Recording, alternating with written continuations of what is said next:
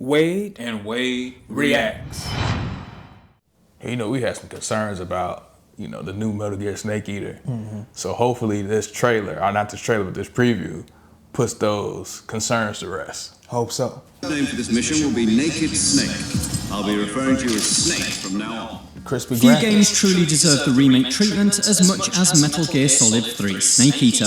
Arguably the best stealth-action game of its generation, back in 2004 it pushed the PlayStation 2 to its very limits, so much so that the hardware occasionally weighed down its ambitions. 20 years later, a complete remake from Konami using the power of modern consoles has the potential to unlock the full, uncompromised vision of the game's original creators. Instead, this new Kojima-less Metal Gear Solid Delta seems more like a very shiny HD remaster than the elegant remake it could have been. It's an admittedly beautiful nostalgia trip, but almost faithful to a fault. That's what I was thinking. That's what I was afraid of.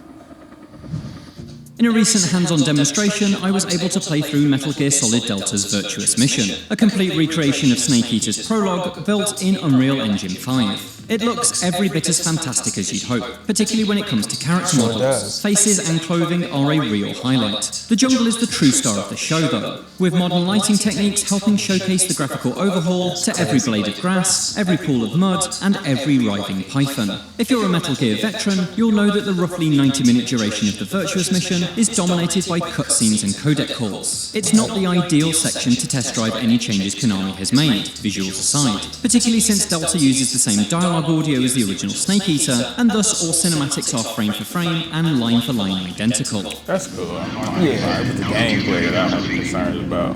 Yeah, I wanted them, like we talked about, to update the mechanics a little bit. Give us something new gameplay-wise. Yask, Soviet mountains, ensure the safety of Sokolov and bring him back to the west. But if this slice is anything to go by, any gameplay changes are minimal. Delta appears to be a painstaking recreation of Metal Gear Solid 3 down to the millimetre.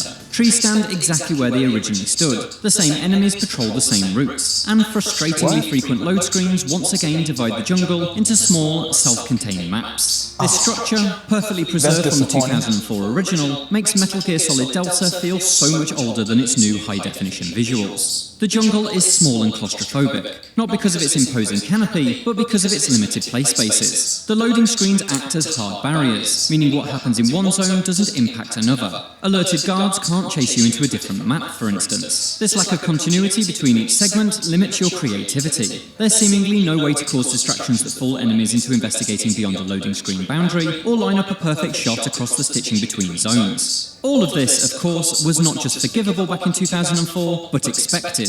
The PS2 simply couldn't render an entire seamless play space this detailed. But in 2024, the freedom of Metal Gear Solid 5's sprawling maps, which would be perfectly at home retrofitted into Snake Eater's Soviet wilderness, is sorely missing here. I'm reminded of Capcom's Resident Evil 2 remake, which eliminated the original game's iconic door-opening loading screens in favour of a more immersive, completely seamless police station. Without a similar approach, I worry that the overall play experience of MGS Delta won't be significantly different enough from the Snake Eater HD remaster, available as part of last year's Master Collection Volume 1, a game with a much lower price point and packaged with two other truly excellent games. After playing the demo, I had the chance to talk with Delta's producer, Noriaki Okamura, and I asked why the team didn't opt to bring MGS3's map design up to date. We did debate this internally, he told me. Maybe we should reskin the game into the current open world type map. Yes, you should. But after thinking about this, we would definitely have to basically remake the game from scratch, and by doing so, it could alter other things about the game, and we decided that that's not the direction we really wanted to take. While the play space of the Virtuous Mission is exactly what you remember, Konami has made some small changes that incontestably make Delta more comfortable to play, but that's not what we expect. The most important is a modernised control scheme that works in tandem with the over-the-shoulder aiming, a feature pulled from the 3DS version of Metal Gear Solid 3. This setup is practically revolutionary. The original Snake Eater used inputs that had their roots in the comparatively basic Metal Gear Solid 1, but the increasingly complex and ambitious boss battles demanded a level of fine control that the scheme simply couldn't keep up with. Thankfully, the old, fiddly aim mechanics are now gone, replaced with contemporary trigger-based gun controls that allow for easy, precise headshots. There's nothing in the Virtuous Mission that really challenged my marksmanship, but I'm really looking forward to battling the Fury, a boss whose speed and attack patterns were an uncomfortable fit for the original game's clunky controls. I am the Fury. The flame of my rage will incinerate you. Other welcome enhancements are a quick dial system for your codec, allowing you to access vital functions like saving the game by tapping down on the D-pad, while the up button opens a quick select for your camouflage. The two remaining D-pad buttons cycle through your equipment, which is a minor but solid improvement over the original scheme. More essential is the fact that Snake can now crouch walk, another feature first included in the 3DS version, which practically feels like a necessity in a stealth game. Combined with the refreshed aiming system and modern 3D camera, Snake Eater now plays much more intuitively. However, I will caveat that by saying it still does feel like a game from a prior generation. Snake unfortunately does not move with the fluidity of his MGS5 counterpart. Again, it feels like Konami has missed a clear opportunity to bring modern enhancements to MGS Delta. Provided the entire game follows suit with this demo, I think your feelings on Delta are going to depend on just how faithful you want this remake to be. If you're a purist, then you're in luck. The new MGS team at Konami clearly sees the original Snake Eater as something of a religious text, but it means Delta's creative vision is held prisoner by the early 2000s. Even the cutscenes feature the same faded black loading between scenes as the original. Surely something cinephile Kojima would have exercised if only he'd had access to SSDs back in the day. Beyond the updated graphics and controls, there's nothing surprising, refreshing, or dare I say exciting about MGS Delta, at least in this demo. The only significant change we did find was that shooting Ocelot did not trigger the time paradox game over screen. I remember that.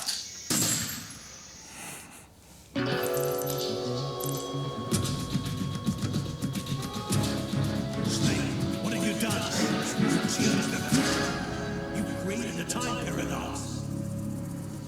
It's not clear if this omission is simply because the demo is not pulled from the final version of the game, but such a famous Kojimaism being missing from the first press showing of Delta did raise a concerned eyebrow. Hopefully it makes it into the full release. Okamura told me that he wanted to avoid a situation where the series will be forgotten in time, and that the goal of Delta was to make sure we deliver the game as faithfully as possible so it doesn't take away from the nostalgic aspect. That's a noble goal, but I can't help but feel that was the job of the Master Collection. I had hoped Delta would have seen the team upgrade and enhance Snake Eater with ideas from the Phantom Pain and beyond, offering the same story and objectives, but in a more modern, more flexible, and more reactive stealth hunting ground. That could have made it the remake to topple Resident Evil 2 from its perch. Instead, Metal Gear Solid Delta is shaping up to be little more than a prettier, more intuitive version of 2004's most essential stealth game. I really don't want to play through it again as it was. We did that already multiple times. The clock is ticking. There's really no reason to play it again just to see, like he stated, a more beautiful version of the game. Man, that's disappointing right there. This didn't put any of my concerns to rest. It actually made it worse. I'm not getting this game. We already had the HD remake, or remaster, whichever you want to call it. I'll put that game in and play that. I don't feel like playing an HD version of a game I already had. Exactly. There's really no purpose of a fan buying this game, especially if, like you said, you have the original, you have the HD, you played through both of them multiple times, then you played the new Metal Gear games with the new interface, the new level of interaction you have with the environment, open world style. Then they come out with this game, supposedly a remake, but really just a retexturing of a game that has been out for decades.